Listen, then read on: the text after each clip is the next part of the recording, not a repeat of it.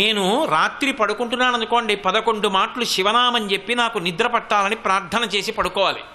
నేను నిద్ర లేస్తున్నాను అనుకోండి, 3 మాటలు శ్రీహరి శ్రీహరి శ్రీహరి అని చెప్తూ లేవాలి. ఎందుకనంటే జాగృతి యందు ఇంద్రియములకు అధిపతి అదోక్షజుడు శ్రీ మహావిష్ణువు, ఆయన నామం చెప్పి లేవాలి. పరమశివుడు నిద్రాకాలిక సుఖాన్నిచ్చి మళ్ళీ అన్ని అవయవాలకి శక్తినిస్తాడు. ఆయన నామం చెప్పి పడుకోవాలి. నిద్ర ప్రసాదం, లేచి పని చేస్తే ప్రసాదం. అన్నం తినేటప్పుడు నేను తింటున్నానని తినరు. ఇది ఈశ్వరుడు నాకు అనుగ్రహించాడు. ఈ పదార్థం దొరికేట్టు చేసినవాడు వాడి శాసనానికి అగ్ని వండింది. ఈ నీళ్లు వాడి శాసనం వల్ల దొరికాయి.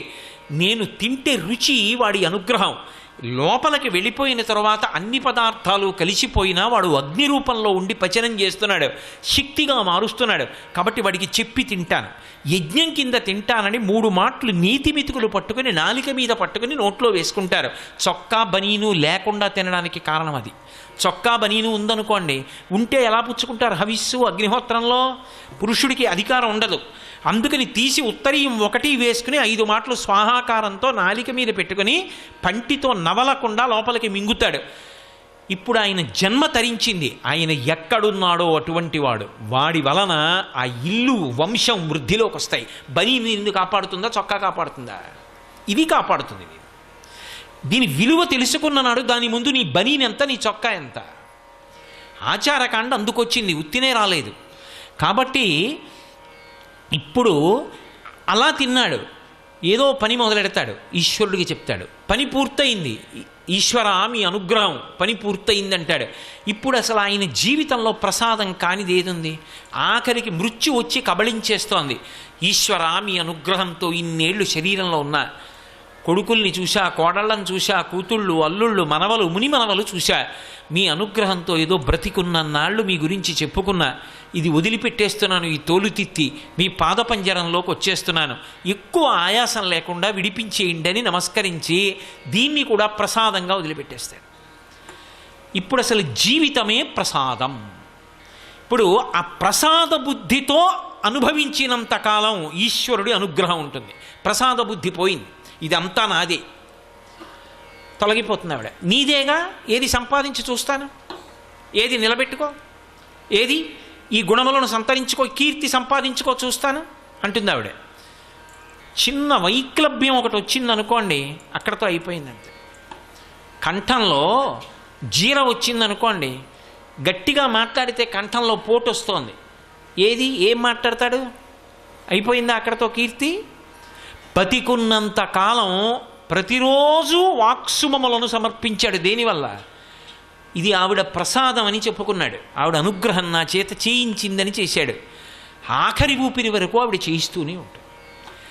పాత్రత దేని చేత? ప్రసాద బుద్ధి చేత. ఇది బాగా తెలుసుకోవాలి. ఇది మొదటి లక్ష్మీ కటాక్షం అని చెప్తుంది శాస్త్రం. అసలు ఈ బుద్ధి నిలబడితే వాడికి లక్ష్మీ కటాక్షం ఉన్నది అని గుర్తు. అందుకే కళ్యాణి బతగాదీయం లౌకికీ ప్రతిభాతిమా ఏతి జీవంతిమానందో నరం వర్ష శతాదపి అంది సీతమ్మ. ఇవాళ పూజ చేసేయండి, రేపు పొద్దున మీ ఇంట్లోకి లక్ష్మి నడిచి వచ్చేస్తుందంటే అంతకన్నా అబద్ధం ఇంకోటి లేదు. అది కాదు లక్ష్మీ కటాక్షం అంటే. నీకు లక్ష్మీ కటాక్షానికి కారణాన్ని నువ్వు తెలుసుకోవాలి. ఆ కారణం తెలుసుకుని రమించి నువ్వు పూజ చేయాలి. ఆ బుద్ధితో నిలబడాలి. అది ప్రసాదం అవుతుంది. అందుకే చూడండి, ఇప్పుడు పాత్రత అంటే అసలు వీడికి ఇది ఇవ్వవచ్చు. ఆవిడ దేని చేత చూస్తుంది అంటే వీడి బుద్ధి ఎటువంటిది. ఆ ప్రసాద బుద్ధి ఉంది, ఆవిడ అనుగ్రహిస్తుంది. ఇంటి ఇల్లాలుగా 10 మందికి అన్నం పెట్టడంలో, 10 మందిని ఆదరించడంలో, ఆ ఇంటి యజమానికి కీర్తి తేవడంలో, ఆ ఇంటికి లక్ష్మీ కటాక్షం కల్పించడంలో ఒక ఇంటి ఇల్లాలికున్నటువంటి ప్రాముఖ్యత నిజానికి పురుషునికి లేదు. నేను పరమ సత్యం చెప్తున్నాను మీతో. పురుషుడిదా ఐశ్వర్యం, ఇంటి ఇల్లాలిదా అంటే ఐశ్వర్యము ఇల్లాలిదే. తెలిసి తెలియక అమాయకత్వంతో ఏదో తక్కువ అనుకుని మాట్లాడేస్తుంటారు. అసలు నిజానికి వాళ్ళకి వేసినంత పెద్దపీట పురుషుడికి శాస్త్రం వెయ్యలేదు. ఎందుచేత అంటే మీ మీద ఎందుకు పెట్టాలి? నా ఇంటికి ఒక అతిథి వచ్చాడు అనుకోండి, నా ఇంటికి అతిథి వస్తే ఆ అతిథి కడుపు నిండా అన్నం తిని వెళ్ళాడన్న తృప్తి నాకు దేని చేత కలుగుతుంది? నా పత్ని సంతోషంగా అన్నం వండి 4 పదార్థాలు చేసి వచ్చిన వాళ్ళకి కొసరి వడ్డించి కడుపు నిండా పెడితే ఆయన 4 మాటలు త్రేయించాడనుకోండి, ఆ త్రేణుపులు ఉన్నాయా అని వింటూ ఉంటాట పూజామందిరంలోంచి ఈశ్వరుడు. నన్ను నమ్ముకున్నవాడొకడు ఈ ఇంట్లో కూర్చుని త్రేయించాడు, కాళ్ళు కడుక్కుని చేతులు కడుక్కుని వెళ్ళాడు. ఆయన త్రేణుపు వినపడింది, దాన్ని లెక్కలోకి తీసుకుంటాట ఐశ్వర్యాన్ని నిలబెట్టడానికి. మనం తినడం కాదు, ఇంటికొచ్చిన అతిథి త్రేయించి వెళ్ళాడా? మీరు చెప్పండి, అది నా చేతిలో ఉందా, నా భార్య చేతిలో ఉందా? నిజానికి ఎవరిది వైభవం అంటే ఇల్లాలిదే వైభవం. ఆవిడ లేకపోతే యజ్ఞం చేస్తాడా, యాగం చేస్తాడా, కడుపున పుట్టిన కూతుర్ని కన్యాదానం చేస్తాడా, ఎడంభుజం మీద ఉత్తరీయం వేసుకుంటాడా? ఆవిడ ఉంటేనే అవన్నీ. ఆవిడ లేకపోతే ఏ పుణ్యకార్యం చేయలేడు. ఇక్కడ సుఖం లేదు, ఊర్ధ్వలోకాలకు వెళ్ళడానికి పుణ్యం లేదు. అన్నీ ఆమె చేతిలోనే ఉన్నాయి. అందుకే గృహలక్ష్మి గృహే గృహే. అసలు ఇంటికి లక్ష్మీదేవి ఎవరు అంటే ఇల్లాలే లక్ష్మి. అందుకే పీటల మీదకి వెళ్ళినప్పుడు పెళ్లి కొడుకు నడిచి వెళ్ళిపోతాడు, పెళ్లి కూతురు నడిచి రాదు, పద్మంలో కూర్చోబెట్టి తీసుకొస్తారు. ఆమె నడిచి రాకూడదు, మేనమామలు ఎత్తి తీసుకొస్తారు. అంత సుసంపన్నమైనటువంటి ధర్మం మంది. అటువంటి లక్షణములు కలిగినది చారుమతి కాబట్టి చారుమతికి లక్ష్మీదేవి కలలో కనపడింది. అమ్మా, నువ్వు పతి శుశ్రూష చేయడంలో రమించిపోయేటటువంటి లక్షణం ఉన్నదానివి. పైగా కళావతి సావిదుషి సతతం మంజుభాషిణి చారుమతి లక్షణాలు చెప్పారు. ఆవిడ కళావతి, కళలో ప్రవేశం ఉంది. భర్తగారు పూజ చేసుకుంటున్నాడు అనుకోండి, నీరాజనం గంట వినిపించింది అనుకోండి, ఆవిడ వచ్చి కూర్చుంటుంది. గీతం శ్రావయామి అన్నాడు అనుకోండి, ఆయన చక్కగా ఆవిడ అక్కడ కూర్చుని ఓ కీర్తన పాడుతుంది. ఆవిడ కీర్తన పాడుతుంటే ఆయన అలా కూర్చుని అప్పటి వరకు పూజ చేసి ఉన్నాడు కదూ, కంజదలాయతాక్షి కామాక్షి అని పాడుతోంది అనుకోండి, ఆయన కళ్ళు మూసుకుని ఆ పాట వింటూ అప్పటి వరకు పూజ చేసి చేసి చేసి చేసి ఆర్ద్రతతో ఉన్నాడేమో. ఆ అమ్మవారు కుంజరగమని అంటే కామాక్షి శుక్రవార మంటపంలో అమ్మవారు నడిచి వెడుతుంటే కాళ్ళకి పెట్టుకున్న గజ్జెల చప్పుడు ఇక్కడ వింటూ మురిసిపోతాడు.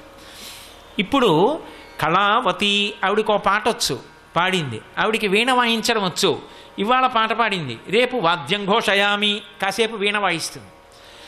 ఆయన పూజలో పక్కనే అనుగమిస్తుంది. అనుగమించి ఆయనకి ఏం కావాలో ఆయన అడగక్కర్లేదు, అలా అందిస్తుంది. ఇద్దరూ కలిసి తరించిపోతారు. అందుకు చిటికిన వేలు పట్టుకు నడిచారు ఇద్దరు. అది జీవితంలో ఒక్కరోజు అలా అనుభవించింది లేదనుకోండి, ఏమి దాంపత్యం అని అలా దాంపత్యాన్ని అసలు ఒక్కరోజు అలా కూర్చుని పూజ చెయ్యలేదు, అలా ఆయన అడగలేదు, ఆవిడ ఇవ్వలేదు. ఎందుకు ఇంకా అది, దానిలో ఏమి సంతోషం ఉంది అసలు? కాబట్టి కళావతి సావిదుషి, ఆమె మంచి ఆలోచన చెప్తుంది, పక్షపాత బుద్ధి లేదు, మా వాళ్ళు మీ వాళ్ళు అన్న బుద్ధితో ఉండదు, మంచి బుద్ధితో ఆలోచిస్తుంది. ఇవి చేస్తే మా ఆయన కీర్తి నిలబడుతుంది, ఆయన వృద్ధిలోకి వస్తారు, ఆయన ఆయువు నిలబడుతుంది. కాబట్టి నేను ఆయనకి ఈ సలహా చెప్పాలి, మంచి ఆలోచనలు చెప్తుంది. సావిదుషి సతతం మంజుభాషిణి, ఆమె ఏది మాట్లాడినా కర్కశంగా ఉండదు, పరమ మృదువుగా చిరునవ్వులు నవ్వుతూ చక్కగా మాట్లాడుతుంది. అందుకే అసలు ఒక ఇంటి లక్ష్మిదే ఏ కారణం చేత నిలబడుతుందో తెలుసా? నేను చెప్పట్లేదు ఈ మాట, మహాభారతంలో చెప్పిన మాట చెప్తున్నా. లక్ష్మీదేవి ఏ ఇంట స్థిర నివాసం ఉంటుంది అంటే, ఏ భార్య భర్త కీచులు అడుకోరో, అస్తమానం నింద చేసుకోరో, వాళ్ళిద్దరూ ఉల్లాసంగా ఉన్నారనుకోండి, సంతోషంగా ఉన్నారనుకోండి, అంతకు మించిన లక్ష్మి ఇంకొకటి లేదు. ఎంత ఉన్నది అని కాదు, ఆ ఉన్న రోజులు సంతోషం, ఆ లేని రోజులు మధురమైనటువంటి అనుభూతి. ఆ లేని రోజులు కూడా దాంపత్యంలో మధురమైన చిగురుటాకులు, అవి ఇప్పుడు పండిపోయి పచ్చగా అయిపోయి రాలిపోయాయి. ఇప్పుడు పెద్ద వటవృక్షమై నిలబడ్డారు ఇద్దరు. ఆ చెట్టు కింద ఎందరో బాటసారులు సేద తీరుతున్నారు. కానీ వాళ్ళ అలా వృద్ధిలోకి రావడానికి కారణం వాళ్ళిద్దరి మధ్య ఉన్న అన్యోన్యత, ఆ సంతోషం, ఆ ప్రేమ, ఒకరి మీద ఒకరికి ఉన్నటువంటి ఆ నిండుతనం, దాని చేత లక్ష్మీదేవి నిలబడుతుంది తప్ప అసలు భార్యాభర్తలు ఇద్దరు అస్తమానం దెబ్బలాడుకునే చోట లక్ష్మీదేవి నిలబడదు. సర్వం శ్రీ ఉమామహేశ్వర పరబ్రహ్మార్పణమస్తు. స్వస్తి. జయ జయ జయ శ్రీ హరిప్రియ రాణి సిరి మహాలక్ష్మి మంగళదాయని, జయ జయ హే మధుసూదన కామిని శ్రీ మహాలక్ష్మి నమోస్తుతే.